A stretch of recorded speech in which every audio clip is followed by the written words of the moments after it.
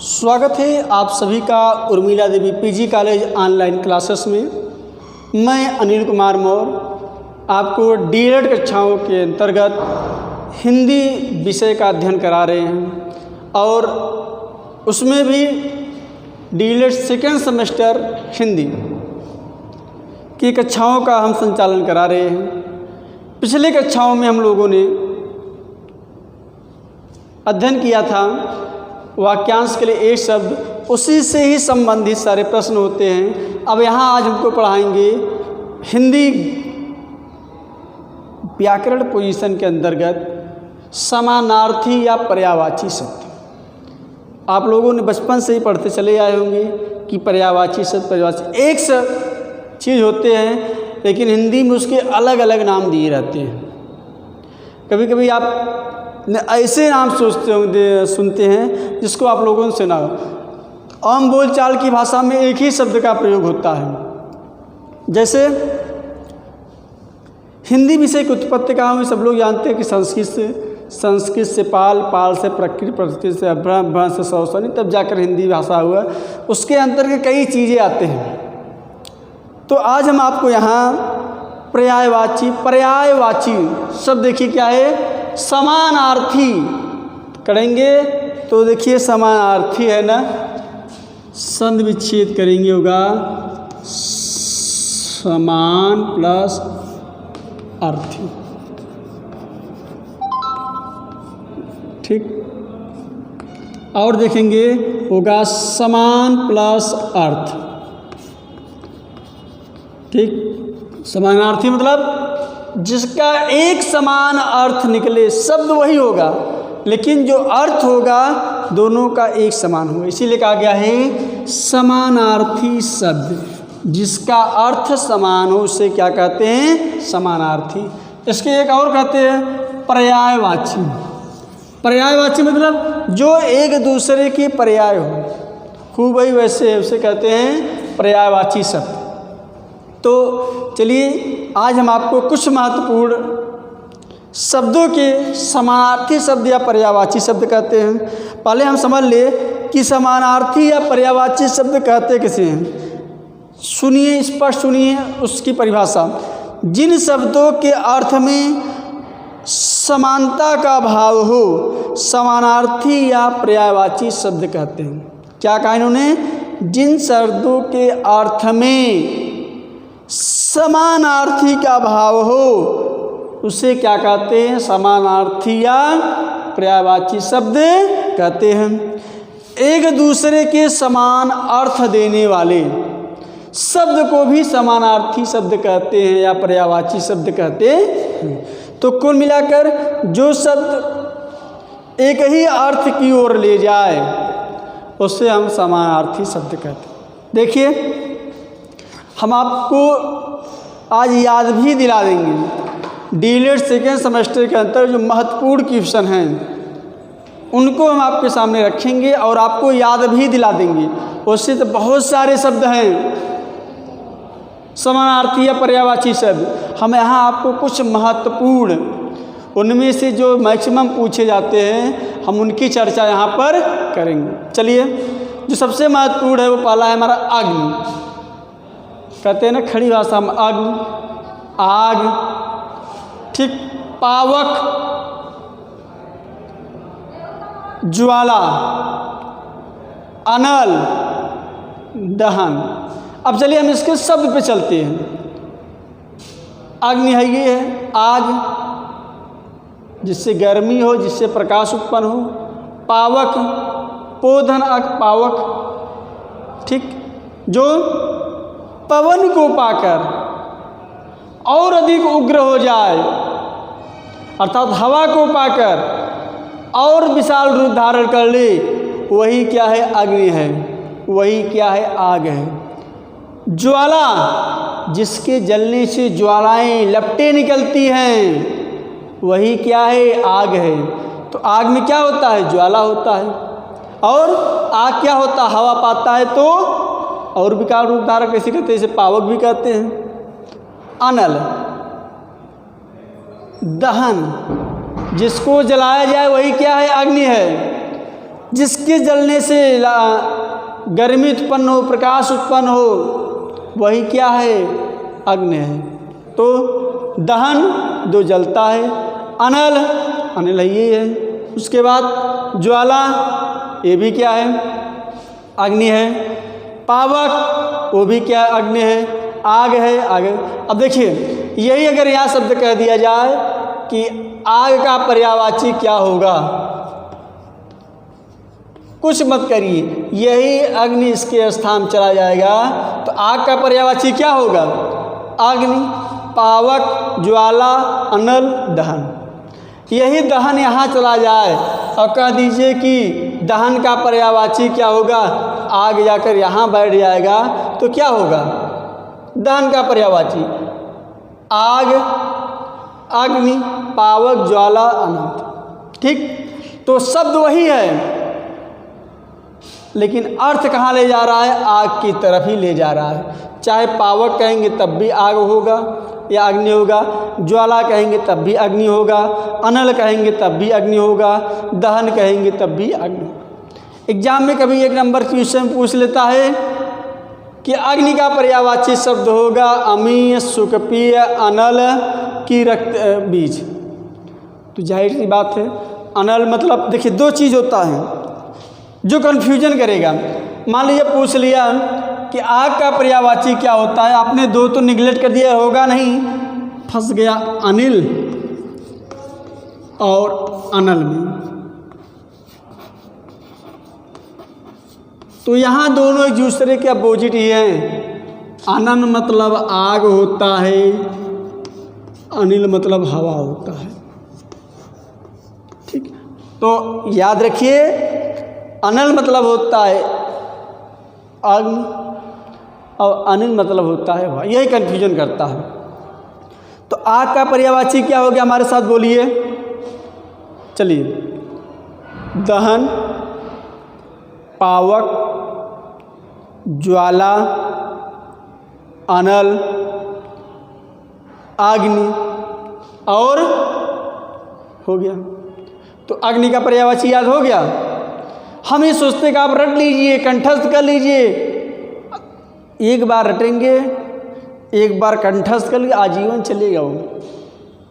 इसके बाद मान लिया, आप ये जरूर नहीं कि आप डीलेड में ही काम देगा, आप टेट देंगे वहाँ भी पूछा जाएगा, सुपर टेट देंगे वहाँ भी पूछा जाएगा। तो चलिए एक बार फिर हम पढ़ते हैं, अब आप देखते जाइए। अग्नि का पर्यायवाची क्या होगा?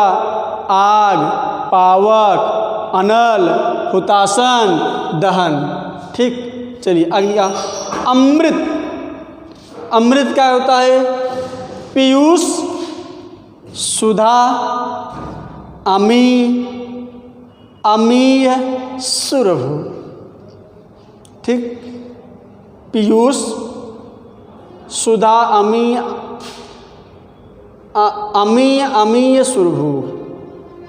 सुधा, अमी, अमीय, सुरभोग और पीयूष। ठीक, एक बार फिर कंठस्थ करिए, याद करिए, क्या होगा बताइए? याद हुआ? चलिए फिर कहते हैं, पीयूष, सुधा, अमी, अमीय और सुरभोग। किसका था ये? अमृत का था। एक होता है मधु। ठीक, मधु मतलब क्या होता है? मधु मतलब भी अमृत होता है। और क्या होता है? सोम, सुरभोग या सोमरस भी कहते हैं, या सोम या सोमरस। ठीक, सोमरस देवताओं का रस, इसीलिए कहा जाता है। सुरभोग, सुर मतलब देवता, जो देवता भोग करते हैं वही को होता अमृत। तो देखिए सारे हो गए अमृत के। पीयूष, सुधा, अमी, अमी, सुरभोग, मधु और सोम। एक बार उल्टा पढ़ लेते हैं हम लोग। सोम, मधु, सुरभोग, अमीय, अमीय, सुधा और पीयूष, ये सबसे महत्वपूर्ण हैं। अगर आप इनमें से याद कर लेंगे तो 2 नंबर का पक्का फंसेगा, इसमें कोई दो राय नहीं है। अब ये है पूछने का तरीका अलग अलग होगा, घुमा फिरा किसी से क्वेश्चन पूछा जाता है। जैसे पूछ लिया कि अमृत का पर्यायवाची शब्द है अनिल, अनल, कि सोम, कि व्योम। तो देखिए आप सिंपल सा चीज, सबका अर्थ जब तक आपको मालूम आ रहा, अनिल मतलब हवा आप मान लीजिए, अनल मतलब क्या मान लिए, अनल मतलब आग मान लीजिए, व्योम मतलब आकाश, तो बच्चा क्या सोम, तो सोम मतलब क्या होता है, सोम मतलब होता है अमृत। क्लियर। चलिए अनार, अनार का पर्यायवाची क्या होता है, दामोदर, सुखप्रिय, दांडिम और रक्त बीज। देखिए रक्त बीज क्यों, रक्त बीज, रक्त मतलब लाल, रक्त मतलब खून, खून कैसा होता है, लाल, तो रक्त बीज मतलब लाल बीज, लाल बीज किसका होता है, अनार का। दांडिम, दांडिम अनार। सुखप्रिय, सुख मतलब सुग्गव का या तोते का जो प्रिय होता है वही क्या होता है, अनार। तो दामोदर, सुखप्रिय, दांडिम, रक्तप्रिय, याद हो गया कि नहीं, दामोदर, सुखप्रिय, दांडिम और रक्तबीज। इसको 2 बार, 3 बार, 4 बार पढ़ेंगे तो ऑटोमेटिक याद आएगा। ठीक, जैसे हमने कहा कि अनार का पर्यायवाची क्या होगा, आपने कहा देखिए दामोदर, सुखप्रिय, दांडिम, रक्त बीज। ठीक, तो याद हो गया कि नहीं, अनार का दामोदर, सुखप्रिय, दांडिम और रक्त बीज। क्लियर। चलिए अब आम का देखिए, रसाल, सहकार, पिकबंधु, मन मंथालय, मन मंथालय, मन मंथालय। रसाल जिसमें आल, रस प्लस आल, जिसमें सारे रस भरे हुए हैं। आम देखिए, आम को और दबाई तो चारों का 31 रस निकलता है वो, इसीलिए कहता है रसाल। आल मतलब सभी, जहाँ सभी जगह रस हो। सहकार जो सारे जगह हो। पिकबंधु, पिक मतलब सुग्गाओं का भाई। अक्सर आप देखते होंगे आम के ही पेड़ पर सुग्गे अपने क्या करते हैं, घोंसला बनाते हैं मैक्सिमम। तो कहा गया पिकबंधु, पिक मतलब ठीक, मन मंथालय।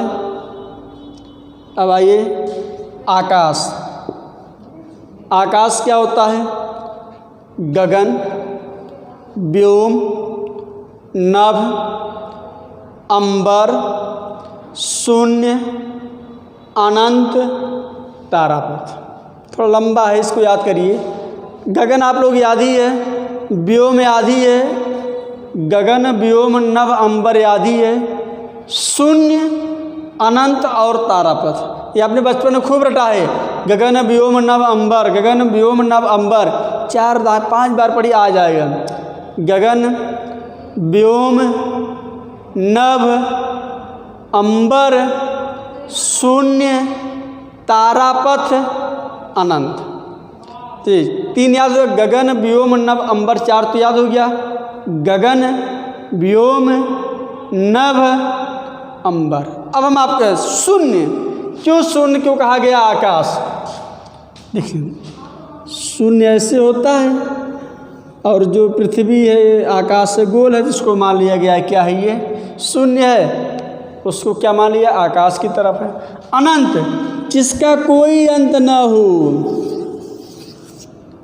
तारापथ, तारा मतलब तारे, पथ मतलब रास्ता, जहाँ पर तारों का रास्ता हो उसे क्या कहते हैं, आकाश।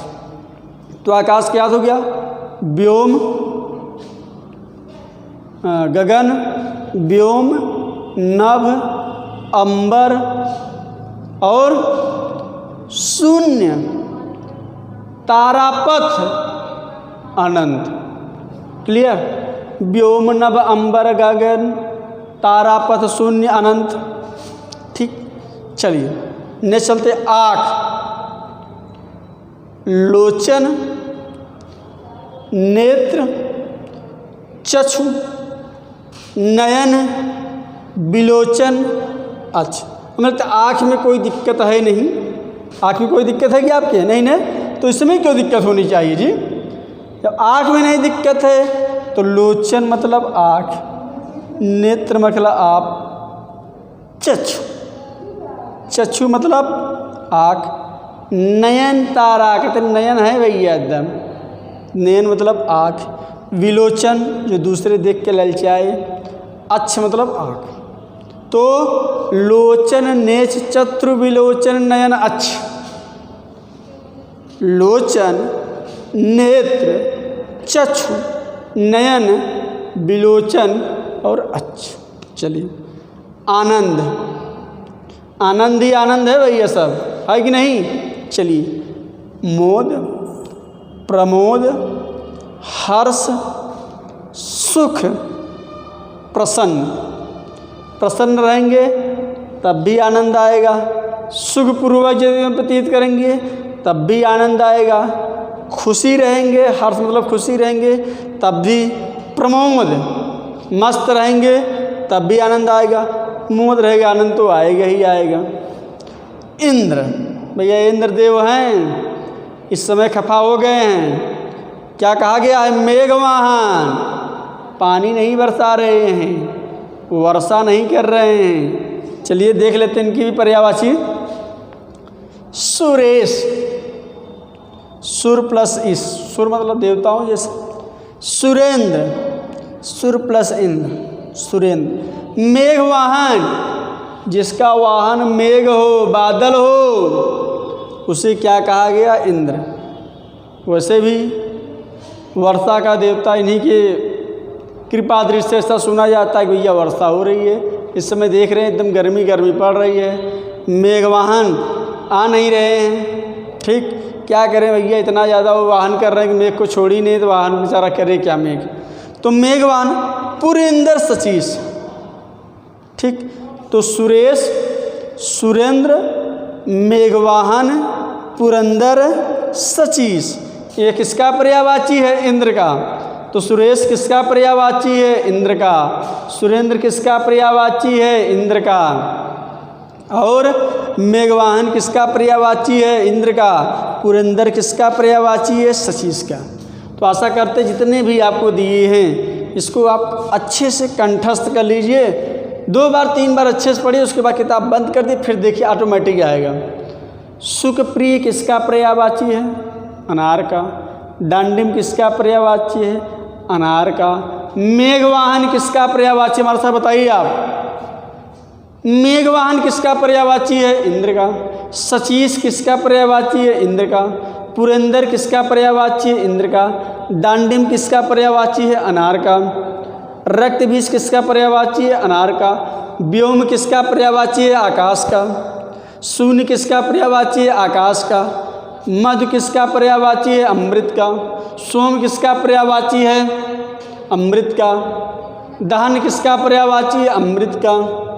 ठीक, तो जितने भी हमें लगता है आप अच्छे से कंठस्थ कर लिए होंगे, और ये आपको एग्जाम के दृष्टि से बहुत ही महत्वपूर्ण है।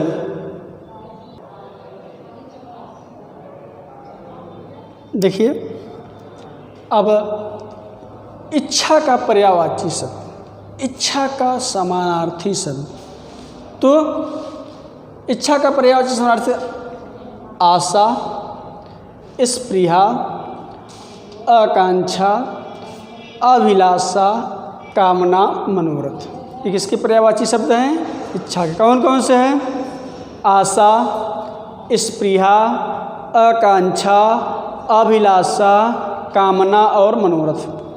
वहाँ से पढ़ देखिए, मनोरथ मना प्लस जो आपके मनोरथ को समझ ले वही क्या? मनोरथ। कामना किसी चीज़ की इच्छा, रखना, किसी चीज़ की कामना करना, किसी चीज़ की प्राप्ति के लिए कोई कार्य करना, वही क्या होता है? इच्छा होती है। अभिलाषा, किसी चीज़ की प्राप्त करना ही क्या कहलाता है? इच्छा या अभिलाषा। स्पृहा, आनंद या इच्छा। आशा, तो इच्छा की पर्यायवाची है आशा, स्पृहा, अभिलाषा, कामना, मनोरथ और आकांक्षा। 2 बार 3 बार 4 बार पढ़िए, आ जाएगा।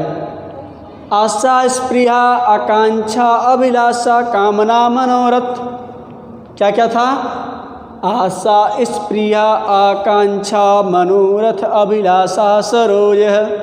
पढ़िए इसे। आशा, स्पृहा, आकांक्षा, अभिलाषा, कामना, सरोज।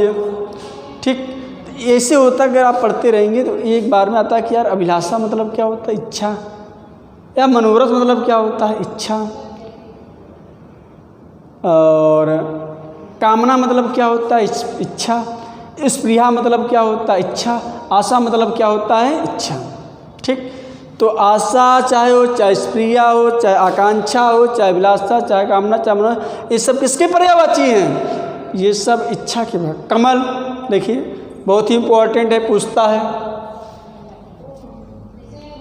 एक होता है जलज, एक होता है जलद। कंफ्यूजन करने वाला क्वेश्चन बता, कहाँ जलद दे देगा तो बादल का हो जाएगा, जलज दे देगा तो कमल का हो जाएगा। यहाँ देखिए, यहाँ सिर्फ यही एग्जाम में बहुत पूछता है। क्यों? क्योंकि आपको याद नहीं, जलज होगा जलद, तो जलद मतलब होता है बादल और जलज मतलब होता है कमल। देखिए सतदल, जिसको सैकड़ों दल हो, पानी में हो, कहाँ हो? कमल। जलज, जल में जो रहता हो, जलज। अम्बुज, अम्बुज मतलब कमल। पंकज, पंकज पंख प्लस जल, पंख मतलब कीचड़ जो जन्म ले। सरोज और अरविंद। ठीक, तो कमल का पर्यायवाची क्या हो गया? अरविंद, सरोज, पंकज, अम्बुज, जलज और सतदल। ठीक, याद कर लीजिए, कंठस्थ कर लीजिए। सतदल, जलज, अम्बुज, पंकज, सरोज और अरविंद। अरविंद किसका पर्यायवाची शब्द है? कमल का। सरोज किसका पर्यायवाची शब्द है? कमल का। अम्बुज कमल का। तो ये सब इसके पर्यायवाची शब्द हैं। सतदल, जलज, अम्बुज, पंकज, सरोज और अरविंद। नेक्स्ट है कामदेव। तो लोग कामदेव के बारे में जानते हैं। क्या क्या पर्यायवाची दिया गया है?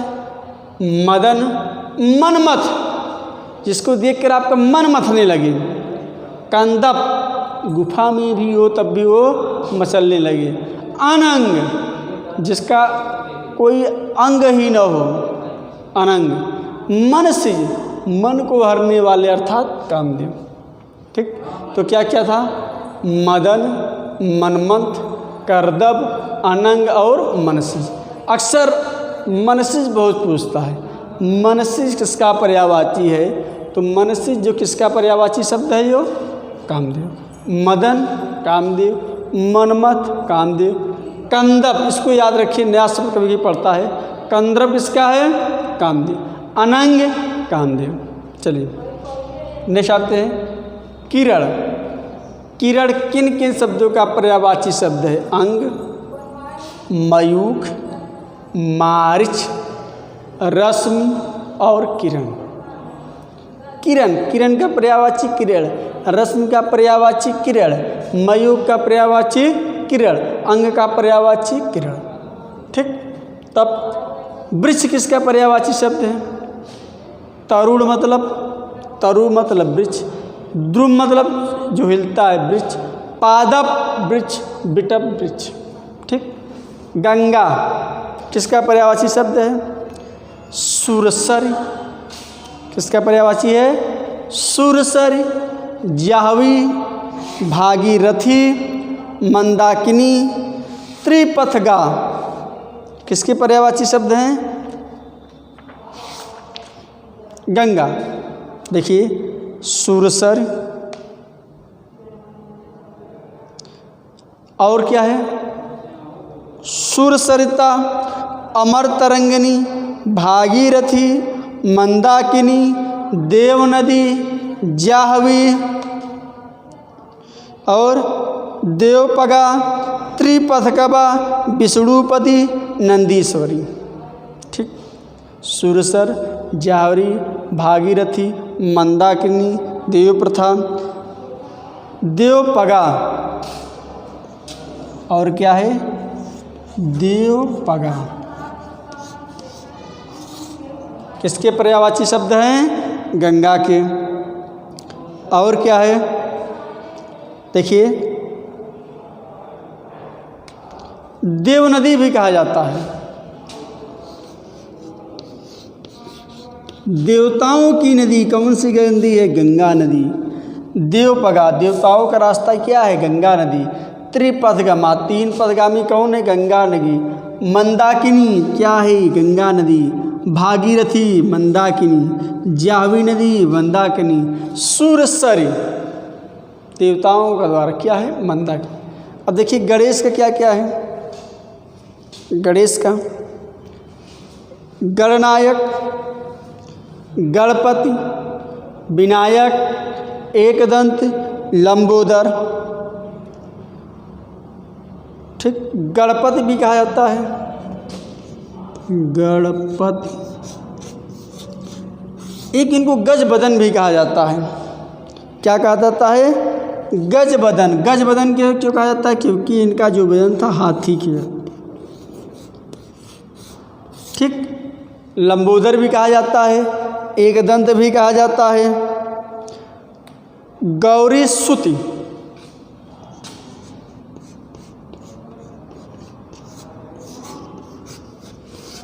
मोदक प्रिय, और क्या कहा जाता है इनको?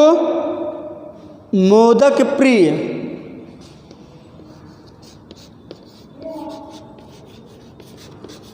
विनायक भी कहा जाता है। तो गणेश की पर्याय देखिए बहुत ही महत्वपूर्ण है गणेश जी। इनको देखिए गणेश क्या कहता है? गणनायक, मतलब देवताओं के नायक। विनायक, एक दंत अर्थात एक दांत वाले। लंबोदर, जिसका लंबा हो पेट, अभी पढ़ाए थे। लंबोदर, जिसका लंबा हो पेट। गणपति, गणपति बप्पा मोरिया वाले गणपति। गजबदन, जिसका शरीर हाथी जैसा हो। गौरी सुत, गौरी के पुत्र। मोदक प्रिय, मोदक प्रिय, जिसको लड्डू अच्छा लगता हो ओ। और भवानी नंदन, इनको क्या कहा जाता है? भवानी नंदन। और इनको एक नाम और भी जाना जाता है, वक्रतुंड कहा जाता है ना, वक्रतुंड महाकाव्य। तो इतने सारे गणेश जी के नाम हैं। कौन कौन से नाम हैं देख लीजिए एक बार फिर से। हम पढ़ रहे हैं, आप देखिए स्क्रीन पर। गणनायक, विनायक, एकदंत, सुरसर, सुरसरिता,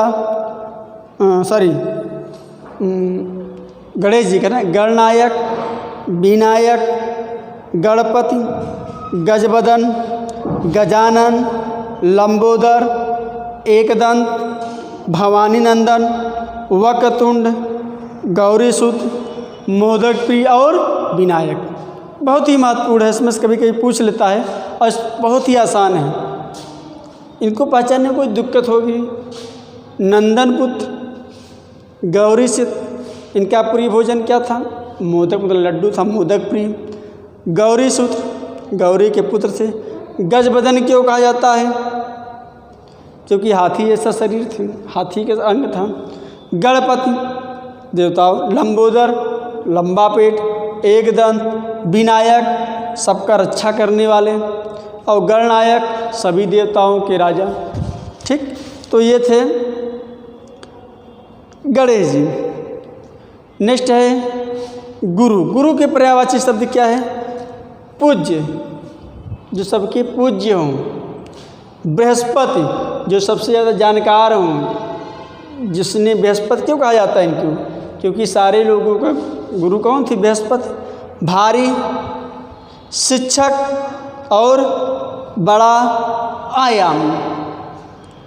ठीक, तो ये थे इन सब के। एक बार आप देख लीजिए, अच्छे से स्क्रीन पे पढ़ लीजिए और याद कर लीजिए। सबसे महत्वपूर्ण इसमें से कामदेव, कमल, सारे लगभग महत्वपूर्ण ही हैं। गंगा के बारे में ज़्यादा पूछता, कामदेव, कमल, गणेश जी। ठीक, तो गणेश जी के एक नहीं कई हैं। जैसे अगर कोई कह दे कि गौरी सुत किसकी पर्यायवाची शब्द है, तो गणेश का पर्यायवाची शब्द है गौरी सुत। कोई कह दे वक्रतुंड किसका पर्यायवाची शब्द है, तो जो वक्रतुंड है वो गणेश जी का पर्यायवाची शब्द है।